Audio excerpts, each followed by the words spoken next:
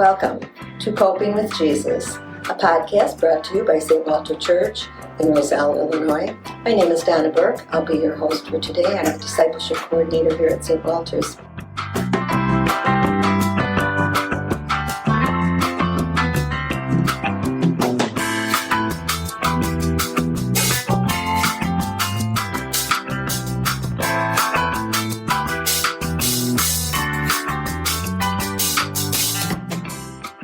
And this is week 5 of our second season of Coping with Jesus. And this season we're calling Stories of Hope.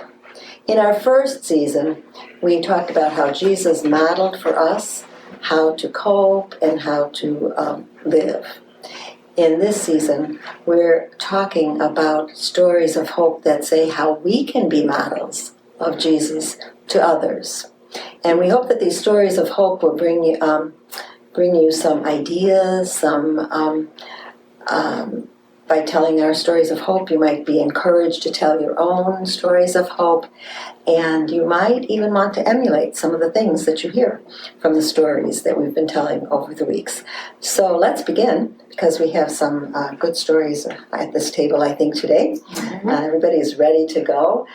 Today we have a brand new person with us, brand new friend to the podcast, and it's Lisa Steiner. So welcome, Lisa. We're glad that you have agreed to be one of our guests. Thank you. And we brought back our good friend Theresa Castellisi, who's been with us before. She is a teacher here, a teacher's aide in kindergarten here at St. Walter's. Mm-hmm. So I left out telling anything about Lisa. We're going to let Lisa just tell us just a little bit about herself before we begin. I'm Lisa Steiner. I've lived in Roselle probably 16, 17 years. And have been a parishioner here at St. Walter's even a little bit longer than that. And I teach in Roselle in the public school system, and I taught for most of my career third grade in Roselle, but now I'm also an instructional coach, and I teach this year during our pandemic. I'm teaching second grade fully remote class, which has been really quite an interesting experience and quite a joy too. A little surprising how joyful it's been. That's beautiful. And such a story. It's not necessarily our theme for today, which I'll tell in a minute, but of how teachers had to just adapt. Absolutely. You'd be teaching second grade, nobody, and all of a sudden right. You're teaching second grade remote. So I do like to begin with some form of a quote, either from the Bible or someone that we respect and love. So today I have one from Mother Teresa, and it goes like this, very short. Be the living expression of God's kindness. Kindness in your face, kindness in your eyes, kindness in your smile. Mm-hmm. The living expression of God's kindness, however that looks. Do we have any stories to tell? Who has a story that they just can't wait to tell? You, Lisa? Sure. Actually, what first comes to mind is something that Donna, I've shared with you before as well, is my husband. One of the things that drew me to my husband in the early years of us dating was how kind he is. And he's very quiet, and I'm not quiet. I talk enough for both of us. But one thing that comes to mind is we have an elderly neighbor that lives alone. She doesn't have a husband or children, and she doesn't have any family in the area. And my husband, she was kind of a fence neighbor, you talk over the fence for the first few years that we lived in Roselle. And my husband made a connection with her. They both, are good with mechanics and things, so they would talk. And now my husband doesn't talk very often and very much. So one day she asked him, she's in her 80s, and said, can I just call you sometime just to talk? And which, is, if you know my husband, is he's not a talker, so he's not a phone talker. But of course he said yes, because that's his kind heart. And so for months and months, he would answer his phone. And of course his end of the conversation was a lot of, yes, yes, kind of. The listener. But yeah, he was doing a lot of listening. But it was always with kindness that he answered the phone. And probably a good, 6 months to a year later, he gave her my phone number too. And so, of course, I talk a little bit more. So she calls both of us and we answer the call. And it really has opened up quite a friendship. More so that we're not just fence neighbors anymore.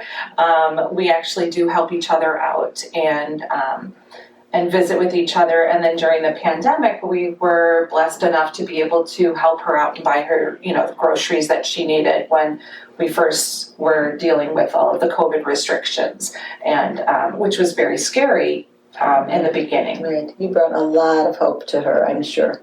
And just in the beginning when she was afraid she was just going to be by herself and lonely, and then you brought this friendship, which is really beautiful. Yeah, but it was that initial kindness that really grew a friendship and love. Absolutely, the kindness. And, Yeah. I'm going to embarrass you a little bit, but you and your husband are in the Alpha Marriage course. Correct. And Lisa shared with us the other day that she talked her husband into going to this, and then at the sharing sessions, she does all the talking, and he sits and listens to her. And he's like, oh, he's not sharing as much as you are, but he's hearing and he's listening. Yes. And actually, it has, because, we communicate well, but it has brought it to the surface that we need to stop, we get busy with life. And so the Alpha Marriage has been very nice that it's time together, even Absolutely. if I'm doing twice as much talking. Absolutely. A little pitch for the Alpha Marriage course. Right. Well, and I just want to piggyback onto what you said, because I'm trying during Lent to be more softer and kinder in the way I greet people, and in the way I interact with one another, because sometimes you go through life and you're really quick and you're not paying attention.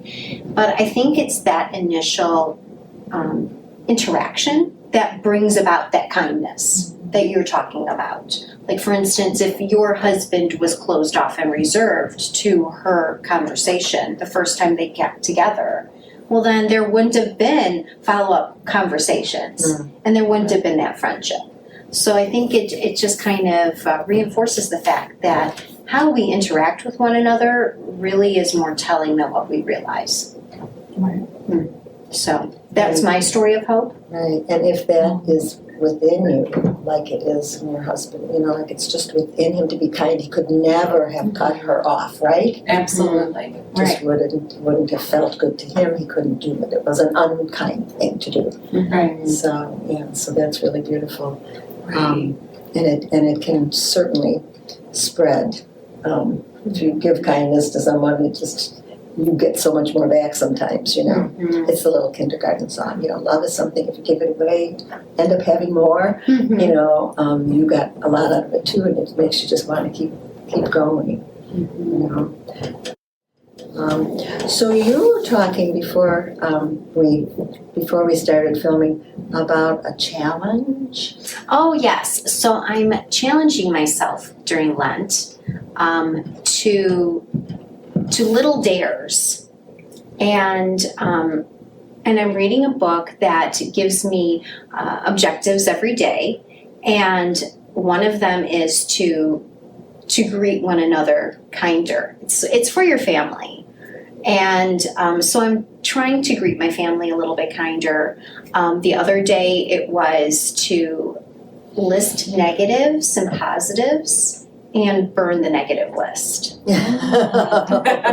And then you were supposed to take one of the positive items and tell whoever you're daring, it's called the Love Dare, whoever you're daring, one of those positive things.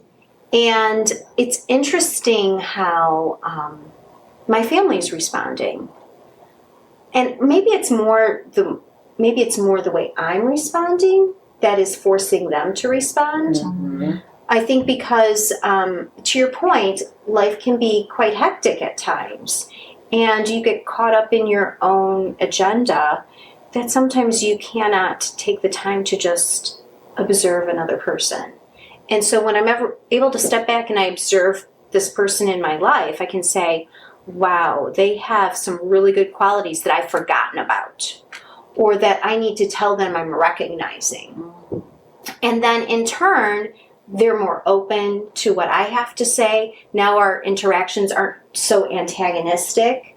They're not as confrontational. They're actually more of a dialogue, which is really what we want in our relationships. So that Saint Mother Teresa quote kind of reminded me about.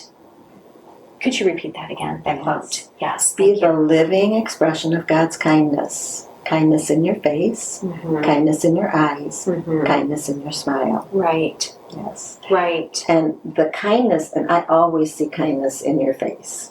Oh, thank you. I see kindness in yours too, Lisa. But I always see kindness in your face, and I think maybe your family doesn't always see kindness in your face. And when you're doing this now during Lent, they are seeing it.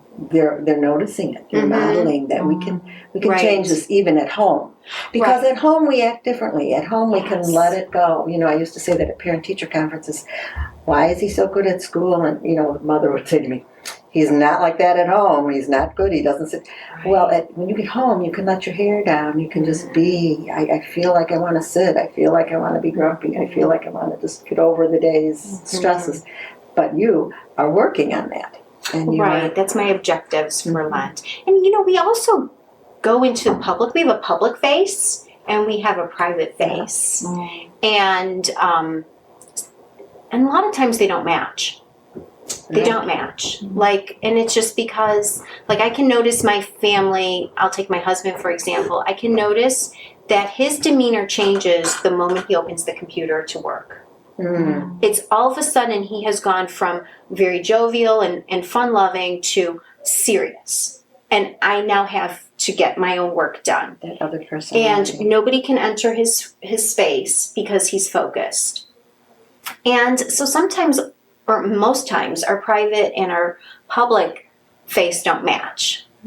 And so I'm trying to bring my public face into my private life. Right, because in your job you probably have that. Your public face, your teaching face is always probably kindness and joy, you know, showing the happiness most often. Once in a while we have to have that little look, you know, that little look like, really? Was that the right decision? Yes. But yes, so that's a beautiful. It's not so much it's not so much the dear part as the love part. It's the person that you're right. Love part. And actually, Teresa's story reminds me of a story from the Alpha Marriage course last week.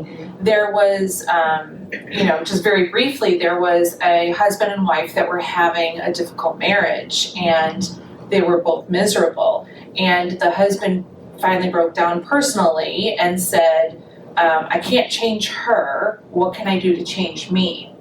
And so he did a little dare, I guess, and asked his wife every morning, what's something I could do to make your day better today?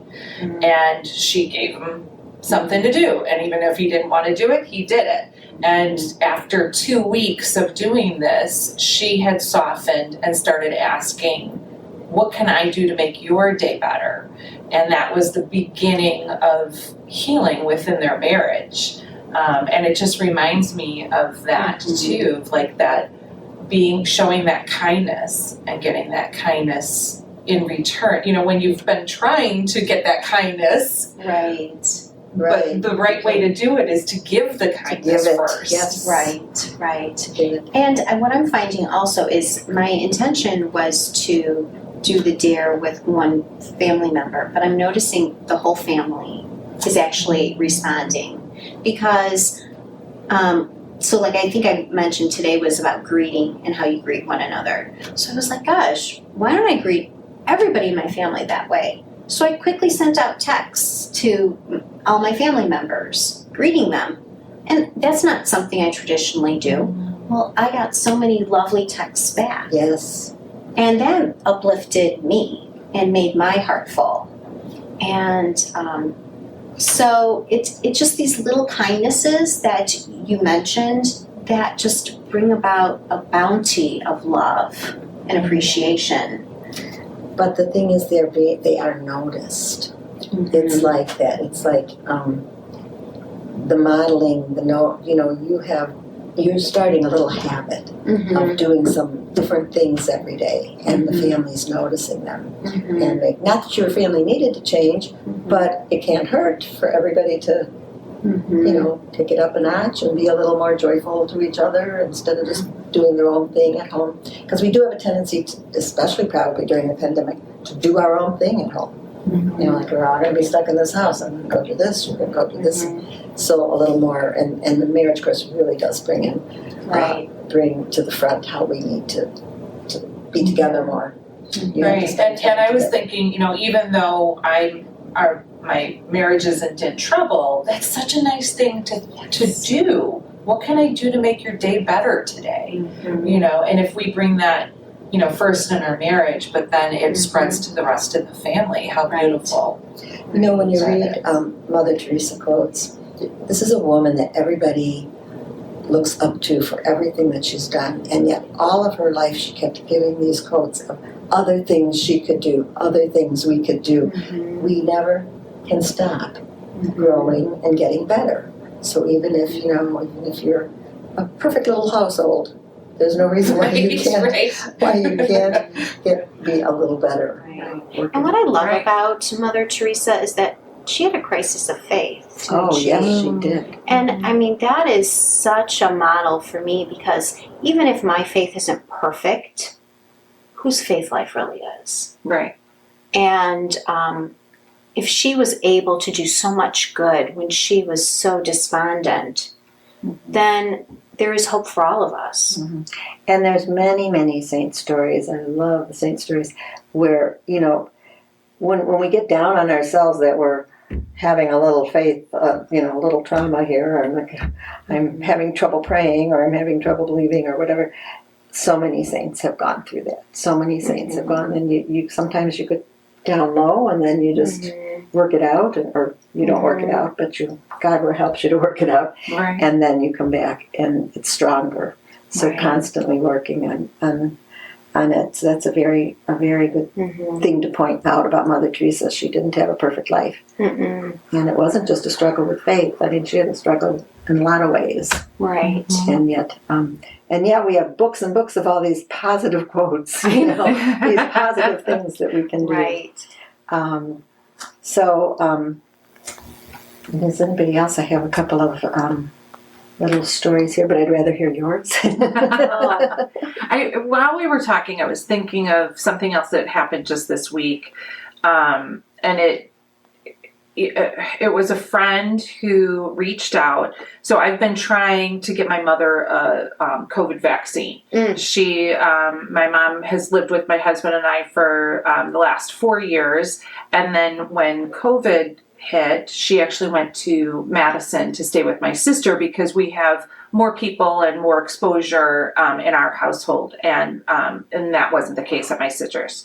But my mom is looking for she's older and looking for a COVID vaccine and would like to return soon, and so she has. But, it's been hard to find. Yes. So a friend of mine she shared with me the Jewel Osco website, and she had been looking and looking. And so then I started looking and looking, and it was always no appointments.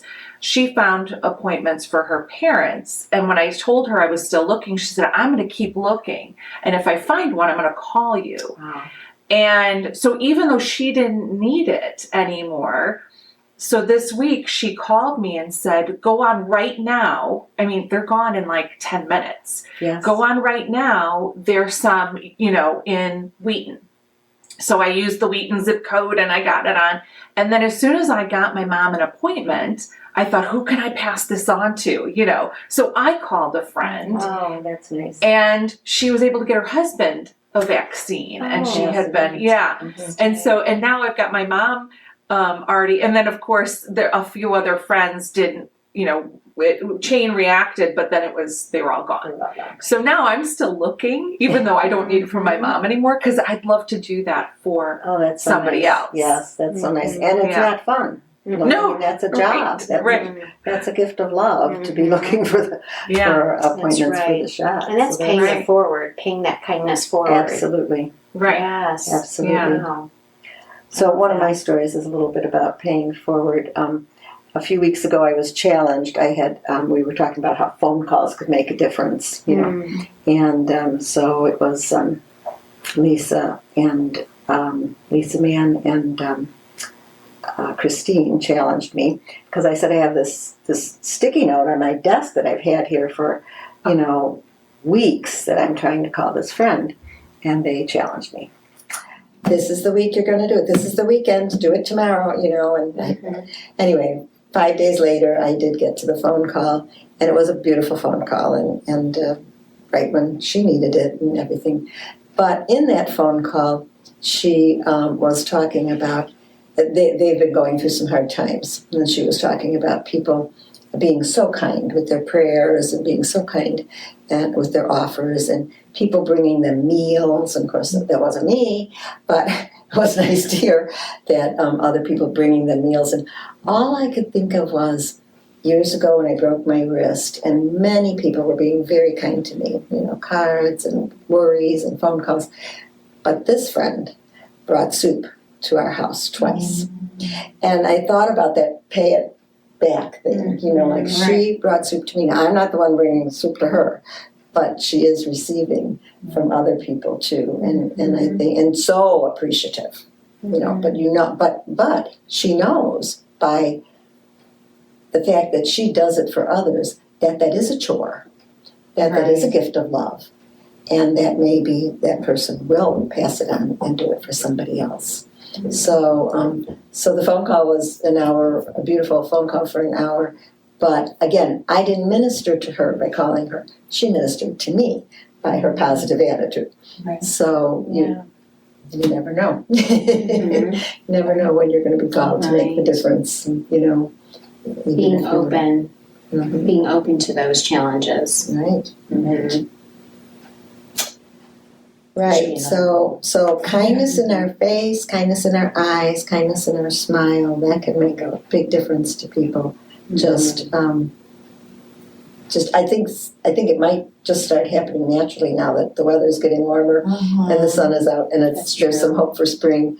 I've noticed the past couple days people are walking around with bigger smiles, and so hopefully more stories of hope will come from it, from people's smiles or whatever, And the smiles have to be big with our masks because we smile in our eyes now. So we're so fortunate that we can be without our masks for a few minutes here with these plexiglass whatever they are, dividers. Yes. But for the most part, it's behind those masks, and that's hard. I mean, we're doing well. It's almost a year. St. Walter's closed down on March 13th, and it's almost a year. Yeah. For us here, but we're doing well. We've learned a lot. So, is there anything else that you want to add? Okay. Keep up your challenge. You're going to send us a little more information about the Love Challenge. Yes, I certainly will. I'll put you on my distribution list. Okay.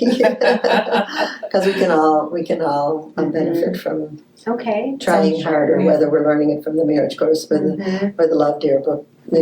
Just trying a little bit harder right in our own home, and then when everybody leaves home, maybe they'll take it with them. Right. Sounds like a good challenge. Right. I think Mother Teresa doesn't she have a saying? It's on the St. Walter, is it on the maple side? Oh, there's a phrase. Yes. Yes. I don't know the exact wording. The minute we start reading it, we know it, Right. it does need to begin at home. Right. Kindness, and if it's at home, if you feel it at home, you can take it with you when you leave, when you walk out the door. Right. Yes. That's the hope. And then some of us are not walking out the door. Some people are staying in their homes, so then they have to think of other creative ways, like whether it's a phone call or a note. Or I liked when Father Mario said, instead of giving up chocolate, doing things, send a note, do a phone call. The text. Yes. As much as we wish we wouldn't always be on our phones texting, that some of those texts really make us feel good. And actual written letters too. So I have a second grade student who gave me a Valentine's gift, and I wrote him a thank you and sent it in the mail. And a few days later, I got a "You're welcome" note back. And so it was the cutest thing. So of course I wrote him again. And when I saw him the next day on screen, in his little square, he was so excited and said, "Did you get my special surprise in the mail?" And I said, "Yes, and I've never gotten a "You're welcome" letter before.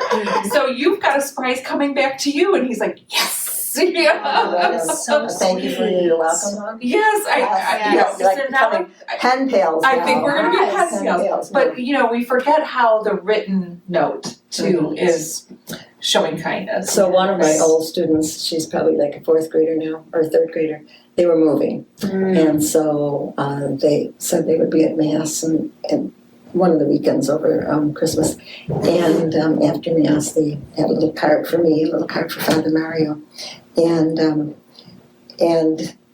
little gift in the card was nothing compared to the card. Okay. In the card she wrote, can you picture her mom saying, "Write Mrs. Burke a nice note, write a nice note," telling her how much you loved her. She told me I was the best person ever. Okay, so she's going, "Thank you for being the best person ever," and she signed her name. Well, I have that card right where Bill can see it. And every once in a while I pick it up and I'm like, "Bill, just remember, I'm the best person ever." That's high praise. Yeah, that was high praise. But Mom said, "Write a nice note." And that was a nice note. It sure was. So anyway, on that note, the best person ever is going to end this little podcast with prayer. I know, Lord, I am not, but that was sure fun to receive. So thank you, God, for bringing us together, for our stories of hope, and just some of them just very ordinary things that we can do. Thank you for Lisa and Theresa for sharing before we came on our podcast and during our podcast. And bless them, bless their families, and bless all of us as we move forward to be living expressions of God's kindness to others. Thank you for joining us, Lisa and Theresa, and thank you all for being with us. And I hope to see you back next week for week 6 of Stories of Hope.